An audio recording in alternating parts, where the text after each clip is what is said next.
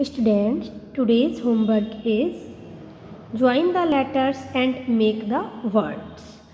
In this video, we will join the letters and make the egg family words. E says a, G says ga, egg, family words. Okay, now let's start.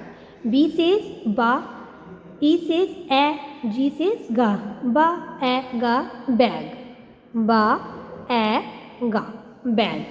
E says a, G says ga, ga, ga, ga.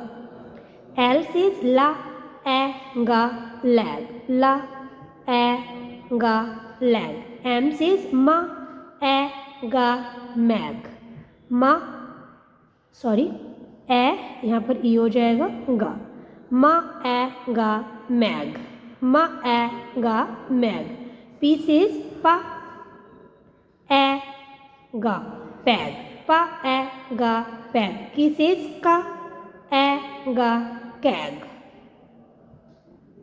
Repeat again. बा egg bag, गा egg, ला egg lag, मा egg mag, पा egg peg, का egg CAG.